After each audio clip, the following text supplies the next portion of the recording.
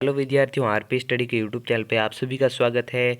मैं हूं आपका सर राकेश चौधरी और आज हम अध्याय 4 जयशंकर प्रसाद आत्मकथ्य कविता पढ़ेंगे। तो एक इसमें ध्यान योग्य बात है कि इस अध्याय का नाम आत्मकथा नहीं है, इस अध्याय का नाम क्या आत्मकथ्य है। ठीक है, ये ध्यान रखने योग्य बात है। तो इसमें अब क्या मेन चीज़ है, तो हम पहले हमेशा की तरह कवि परिचय पढ़ेंगे। तो जयशंकर प्रसाद का जन्म 1890 वाराणसी में हुआ था। वाराणसी काशी एक ही, ठीक है। काशी के क्वींस कॉलेज में उन्होंने 8वीं तक पढ़ाई की, फिर वे आगे नहीं पढ़ सके। घर पर ही हिंदी, संस्कृत, फारसी का अध्ययन किया। छायावादी कवियों के प्रमुख कवि माने जाते हैं। और जिन बच्चों को छायावाद के बारे में नहीं पता तो मैं बता दूं कि हिंदी साहित्य को 4 कालों में बांटा गया है: आदिकाल, भक्तिकाल, रीतिकाल, आधुनिक काल। और आधुनिक काल को डॉक्टर नगेंद्र ने कई भागों में बांटा है, जिसमें से एक भारतेंदु काल जो 1857 से 1900 तक था, और उसके बाद में एक और काल था, भाई मेरे को उनके नाम नहीं याद है, रुको मैं अभी देख के बता देता हूँ। तो भारतेंदु काल के बाद में द्विवेदी काल आता है, वो 1900 से 1918 तक होता है। और फिर उसके बाद में द्विवेदी काल के बाद में आता है जो छायावाद आता है। छायावाद 1918 से 1936 तक होता है। ठीक है, तो हमारे छायावाद आपको समझ आ गया होगा। तो इसकी अवधि क्या थी, 1918 से 1936। तो इसके प्रमुख कवि कौन कौन से थे? इनकी मृत्यु सन 1937 में हुई थी और हमारा छायावाद 1938 में ख़त्म हुआ था। इनकी प्रमुख कृतियाँ थी कामायनी, चित्राधार, कानन कुसुम, झरना। ये कवि के साथ कुशल गद्यकार भी थे। प्रमुख नाटक आजाद शत्रु, चंद्रगुप्त, स्कंदगुप्त, और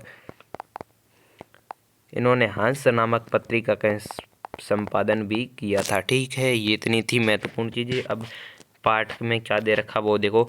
पाठ में ज़्यादा कुछ नहीं कि उन्होंने मित्रों ने लिखने का आग्रह किया था, उन्होंने मना किया था।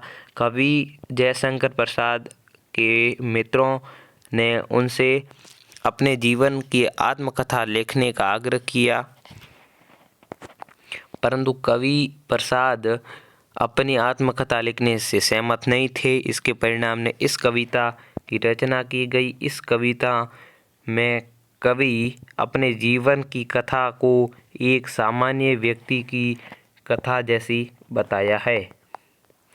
वे कहते हैं कि मेरा जीवन ऐसे महान व रोचक नहीं है जिसे सुनकर लोग वाह वाह करेंगे। मेरी आत्मकथा लिखने का कोई मतलब नहीं है।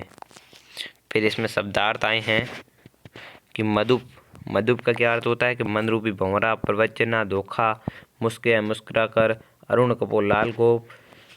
ठीक है, जयशंकर प्रसाद थे तो वे गद्यकार भी थे और कवि भी थे, यानी दोनों थे। ठीक है, कवि जयशंकर प्रसाद थे, छायावादी कवि थे। कवि जयशंकर प्रसाद ने हिंदी और अरबी तथा फारसी का अध्ययन किया था। कवि जयशंकर प्रसाद ने हंस नामक पत्रिका संपादन भी किया था। कवि जयशंकर प्रसाद आत्मकथा लिखने से क्यों बचना चाहते थे? क्योंकि उन्होंने ज़िंदगी में ऐसा कुछ नहीं किया था और वे पल भी नहीं बताना चाहते थे जो उन्होंने अपनी प्रेमिका के साथ बिताए थे। तो ये सब लिख लेना, और ये जो स्क्रीन पर प्रश्न देख रहे हैं तो इसको अपनी कॉपी में लिख लेना, क्योंकि ये बहुत महत्वपूर्ण प्रश्न है।